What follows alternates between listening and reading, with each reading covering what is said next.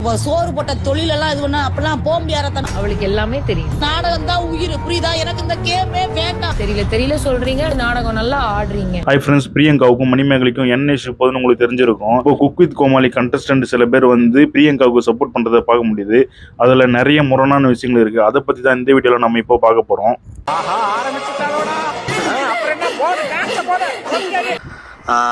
நான் வந்து யாருக்கும் சார்ந்து பேசல.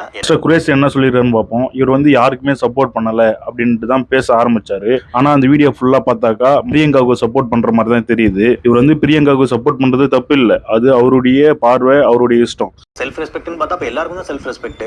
அப்படி இருக்கும் பட்சத்துல நான் வந்து நியூட்ரலா தான் பேசுறேன் அப்படின்னு சொல்லிட்டு பிரியங்காவுக்கு சப்போர்ட் பண்ற மாதிரி இருக்கிறதுனால தான் தப்புன்னு சொல்றோம். ஃபர்ஸ்ட் அவர் வந்து இன்ஸ்டால ஒரு பதிவு போட்டாரு அந்த இஷ்யூ நடந்த உடனே. அதுக்கப்புறமா அந்த பதிவு அவரே டெலீட் பண்ணிட்டாரு. அதற்கான விளக்கம் அவர் என்ன சொல்றாருன்னா, மணிமேகலை வந்து அந்த கமெண்ட்டுக்கு வந்து லைக்கும் போடல, கமெண்டும் பண்ணல, அதனால அதுக்கப்புறமா அவங்க வந்து அதை லைக் பண்ணல, ரிப்ளை அதுக்கும் எதுவும் கிடையாது.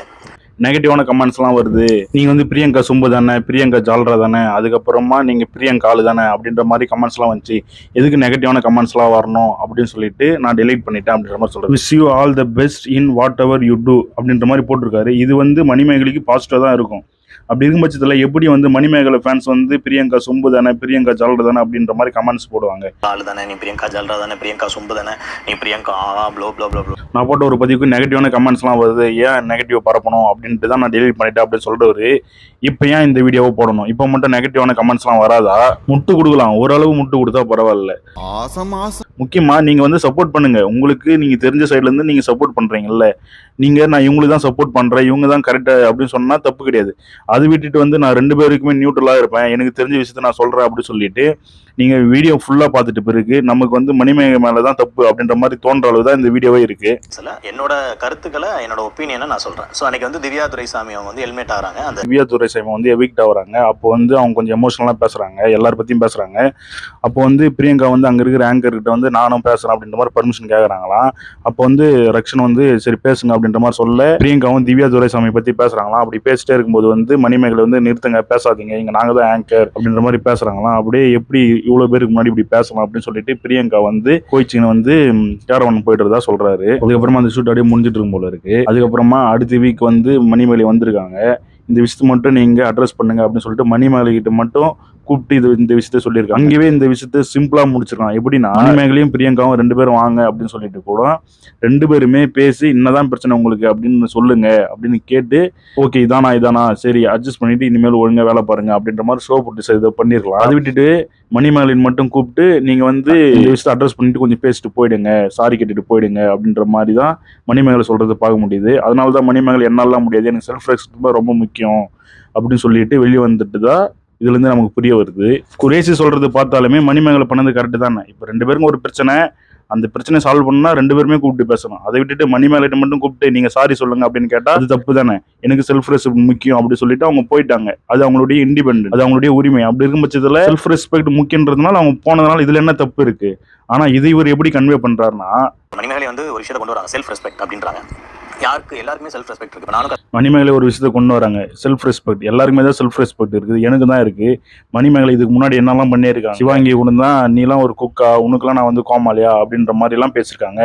நீலாம் ஒரு குக்கா, உனக்கு நான் கோமாளியா தூண் துப்புறாங்க. அப்ப சிவாங்கி செல்ஃப் ரெஸ்பெக்ட் இல்லையா? அதோட சீனியரான ரக்ஷன் தான் இவர் இங்க கலாச்சி பேசிருக்காங்க. இருக்கும்போது ஷோல கண்டென்ட்டுக்காக என்ன வேணாலும் பண்ணுவாங்க, இதெல்லாம் செல்ஃப் ரெஸ்பெக்ட் பார்க்கணுமா அப்படின்ற மாதிரி தான் இவர் சொல்றதை பார்க்க முடியுது. பட் இவர் சொல்றது எல்லாமே கரெக்ட் தான். ஆனா இவங்க ரெண்டு பேருக்குமே ஒரு பிரச்சனை இருக்குது. பிரச்சனை அடுத்த வாரம் ஷூட் பண்றதுக்காக வராங்க. அப்படி இருக்கும்போது ரெண்டு பேருமே ஒன்னா கூப்பிட்டு பேசியிருந்தா பிரச்சனை கிடையாது. அதை விட்டுட்டு மணிமேகலை மட்டும் கூப்பிட்டு நீங்க பேசுனது அதுக்கப்புறமா சாரி கேட்க சொன்னது தான் தப்பு. அதனாலதான் இதை டாமினேட் பண்ணிருக்காங்க, இன்ஃபுளுன்ஸ் பண்ணிருக்காங்க. இங்க எனக்கு வந்து செல்ஃப் ரெஸ்பெக்ட் இல்லை அப்படின்ற மாதிரி மணிமேகலை சொன்னது கரெக்ட் தானே. பிரியங்காவோ பர்சனலாவோ சாரி சொல்லணும் மணிமேகலை அப்படின்லாம் சொல்ல இவருக்கு எப்படி தெரியும் தெரியல. பிரியங்கா சாரி சொல்லல, முக்கியமா பர்சனலாக கூட சாரி சொல்லல அப்படின்னு சொல்லிட்டு இவ்வளவு கான்ஃபிடண்டா எப்படி பேசுறாருன்னு தெரியல. அது மட்டும் இல்லாம இது எல்லாத்தையுமே சொல்றாரு, ஓகே ஒரு இஷ்யூ பத்தி பேசுறாரு. அதுக்கப்புறமா நான் வந்து பிரியங்கா சொல்றது எல்லாத்தையுமே கேட்குற ஆளும் கிடையாது அப்படின்னு சொல்லிட்டு சம்மந்தமே இல்லாம பிரியங்காவுன்னு சொல்லிட்டு நான் அவங்க சொன்னதுக்கெல்லாம் தலையாற்ற ஆளும் கிடையாது.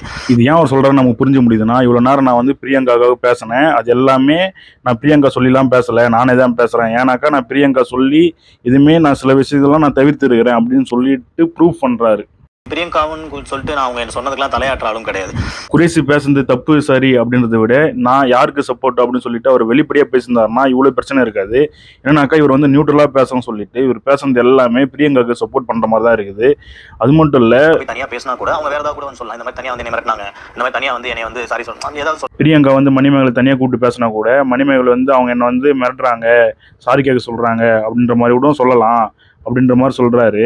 ஆனா இதுவே மணிமேகலை தனியா கூப்பிட்டு பேசிருக்கலாம் அப்படின்ற மாதிரி சொல்றாரு.